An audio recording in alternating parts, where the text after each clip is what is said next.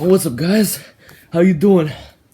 Yo, today's a video that this video that I'm gonna be making today, I swear, I have no clue what to expect by the end of it. Like, let me rephrase that. Today's video is actually, like, I'm so excited, but I'm also so nervous to make that, because I have no idea what's gonna happen by the end. Let me explain. So today, I'm flying to Malta, right? As I mentioned in my previous video. But here's the thing though, I live in New York and there's no direct flights there, okay? So the thing is, since there are no direct flights, we have to look for a more complicated route. And literally the only available one that we stumbled upon was New York to Malta via Frankfurt, Germany. And I know you guys are probably thinking, well, Nikolai, it's not that big of a deal. I mean, just go there and there. I mean, what's the problem with that? Here's the thing though, we ain't just flying Delta or JetBlue here. No. We are flying, above all things, United. Yeah, you heard that right. The airline that throws people off the plane like 90% of the time. The airline that 10 years ago we swore we would never fly again, we're gonna end up having to fly today. Yeah, crazy world we live in, ladies and gents, but, I mean, what can I do about it? However, there's something else I'd like to mention. You see, here's the thing about this United Airlines that we're flying to Germany today, right? They are actually co-shared with Lufthansa. Yeah, let me say that again. The plane that we're flying today is supposed to be United, but they're operated by Lufthansa. So, the way this works, for those of you who just don't know what code sharing is, basically it's when an airline, like, sells you tickets for another airline to kind of, like, because they're in the same alliance, and I guess they're just trying to help them out financially or something. It might be possible, let's say, you're booking a flight from New York to Moscow or something, and you're supposed to fly Aeroflot, but instead you end up on a Delta plane or something. No, I mean, because they're part of the same alliance, so they code share this thing, you know what I mean? Here's the other thing about this supposed Lufthansa plane that we're flying. You see, the way we're doing this is we're flying to Frankfurt first, we're making a layover there, and then we're flying all the way to Malta. But, here's the thing though. We're flying United to Frankfurt, and from Frankfurt, we're supposed to fly Lufthansa to Malta. But here's where it gets a little bit tricky. You see, we have this, like, baggage service type of thing, where, if you're flying with the layover, but if you're flying the same airline, you don't have to get your baggage manually off the other plane and carry it yourself. Because if you apply for this service, like, they could just take your baggage off one plane and load it automatically onto the other. But here's the thing, though, it has to be the same airline. So this gets me thinking, maybe, just maybe, if we're flying United, but it's operated by Lufthansa, and then we're flying Lufthansa afterwards all the way to our actual destination, maybe, just maybe, the actual airline we're flying might not be United after all. But who knows? I mean, we'll see, so yeah. Okay, real quick, before we continue, let me just super quickly show you the kind of outdoor environment I'm gonna be avoiding for the next week. Let's look at this mess, bro.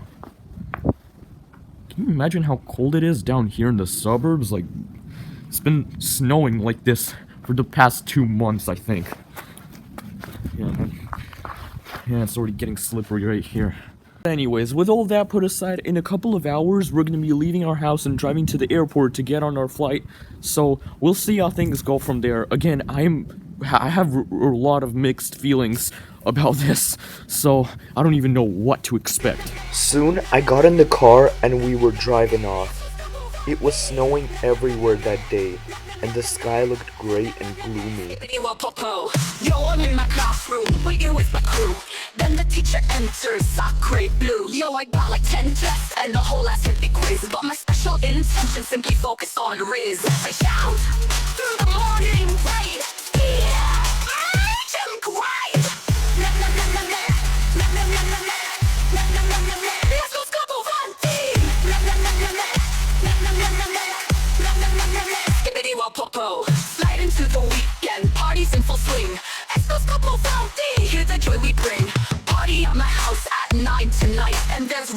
lost souls if you catch my vibe. I shout through the morning rain. Yeah, Jim Gripe. Na na na na na na na na na na na na na na. Let's go scuttle that deep. Guys, I've never seen such an immense amount of snow in my entire life. It's crazy how heavily it's snowing over here. Gosh.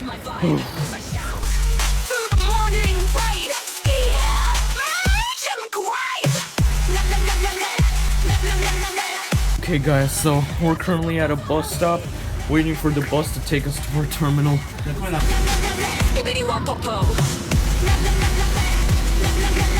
And pretty soon we reached the terminal, and after checking in our luggage and going through passport control, we headed off to United's Club Lounge to wait for the boarding for our flight to start.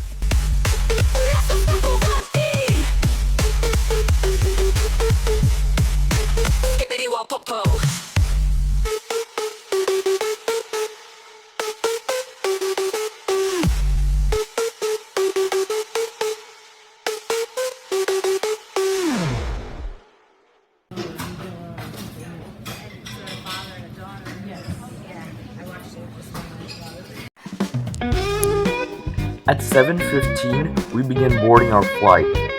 This plane was a Boeing 787, so I noticed that it had a lot of really cool features, such as that feature that lets you change the tint and shade of your window. The legroom was kind of normal, but I honestly expected a lot more. Each seat also had an in-flight entertainment screen. Then, a few minutes into sitting down in that seat, I began feeling extremely hot, so I ended up having to take my coat off.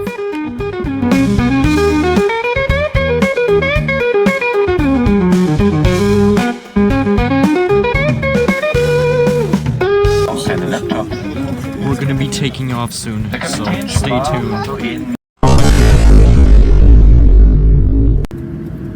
Why did we stop? Basically what happened was the truck that was supposed to de-ice our plane before it took off ended up coming several minutes late, so we just kinda sat there waiting for it. In the meantime, I checked out other features on this plane, and to be honest, I found it kinda cool. Eventually, we did take off, and sadly I wasn't able to get any takeoff footage.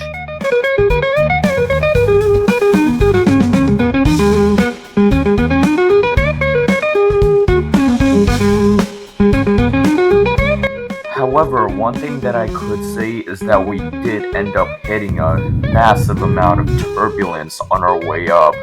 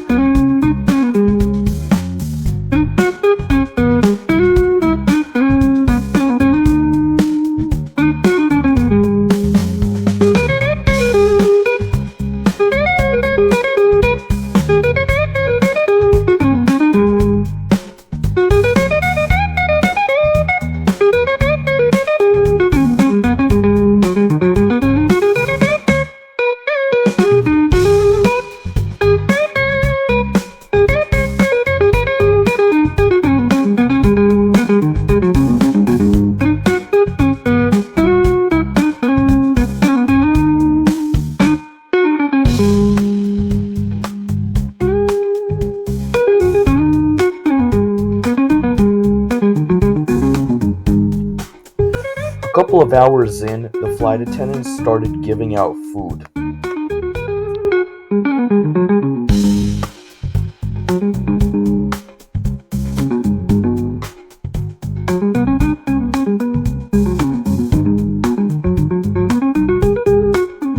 The only options were pasta and chicken. I opted to try the chicken because I'm not that much of a pasta fan.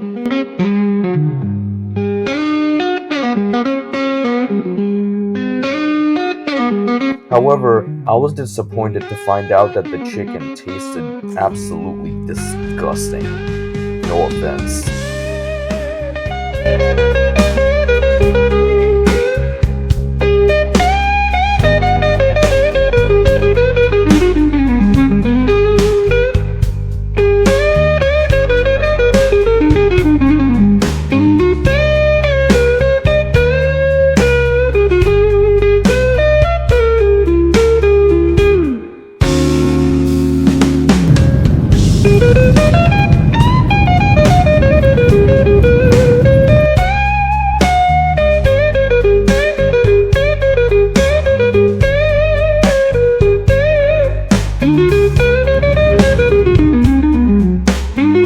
Before we knew it, we were on our final approach to Frankfurt. That's one leg of the flight.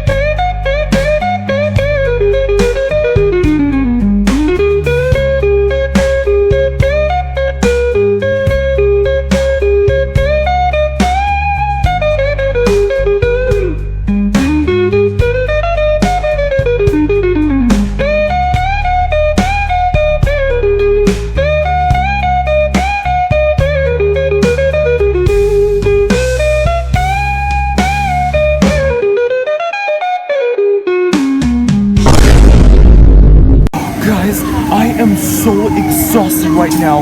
We were this close to missing our flight. Oh, I'll explain later. I need to relax right now, okay? Oh. Eventually, we got on the plane, and the first thing that I noticed is that it smelled a lot like champagne. And I had to put my mask back on because I did not like it. The legroom on this flight felt pretty short, especially for someone like me who's taller than literally everyone else in my family. Also, I noticed that the seats had no in-flight entertainment screens whatsoever, so my only source of entertainment for now was just plain watching.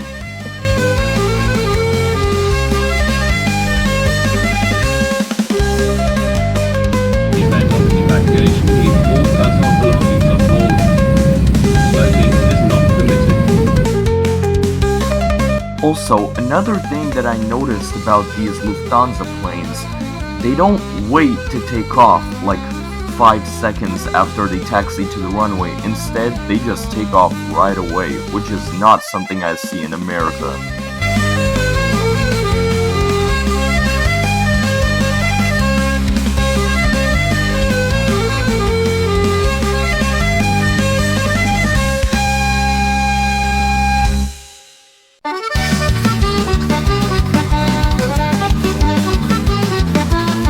Okay, so now that we're airborne, I just want to talk to you guys about what the hell happened over there and why I told you I was so exhausted before we got on this plane.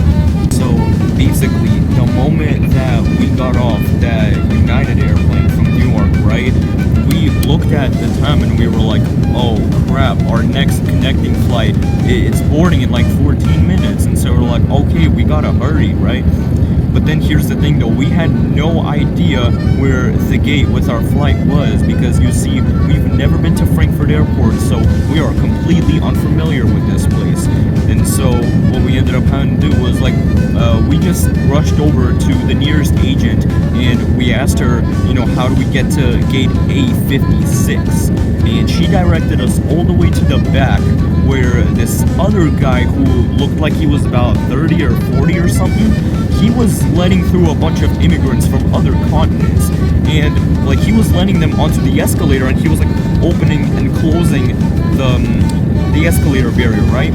But then when we asked him to go down, he straight up shut that escalator in our face and he said, no, I'm sorry, you cannot go down there. And I was like, I'm sorry, what? We have to go down there. Our flight is boarding down there. And he's like, I'm sorry, but you can't go there because, you don't have immigration, so you can't go there. And we were like, what are you talking about? We don't need immigration. We're trying to catch our flight. And then he starts screaming at us. He starts giving us attitude, talking back to us. And he's like, look, I can't do anything about it. I told you can't go there, period. And I swear to God, people like this, I don't know who to trust anymore. So in the end, we had to run all the way back to that other agent, the first one, right? And we told her everything that happened, and so she was like, okay, you know what? Fine.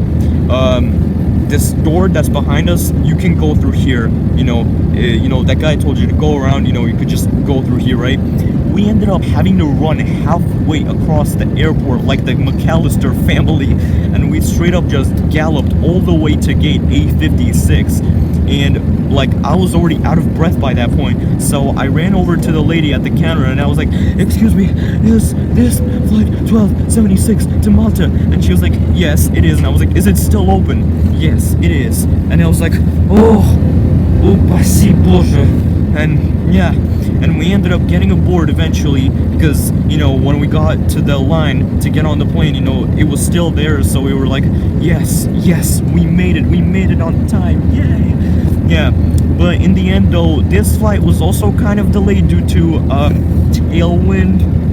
Yeah, but eventually though, I'm glad to say we will be making it to Malta in the very end. This has been one heck of a travel experience for me. I don't think I will ever forget this, trust me. This was not something I would have ever expected, bro. By this point, we were flying over the Alps. I decided to just chill out and listen to music.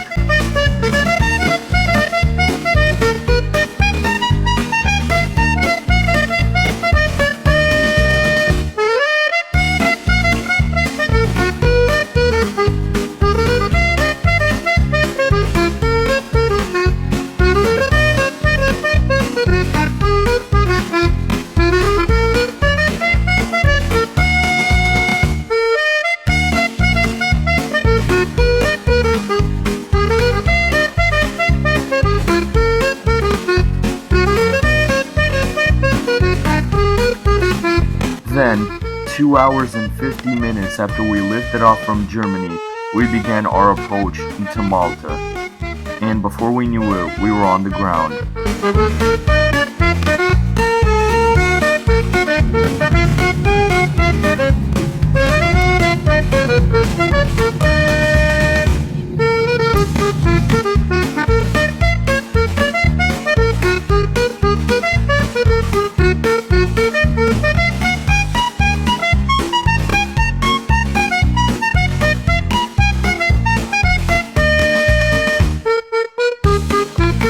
Now that we've taken a trip with both airlines, it's time to compare the two and rate the experiences. So first, let's talk about United.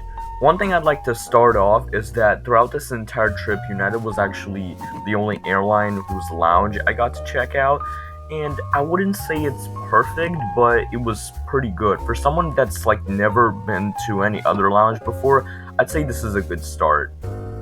Then, of course, there's the seats on the plane itself. To be honest, I find them kind of mid. Normally on transatlantic flights, you'd have something better than that. Then, of course, there's the food.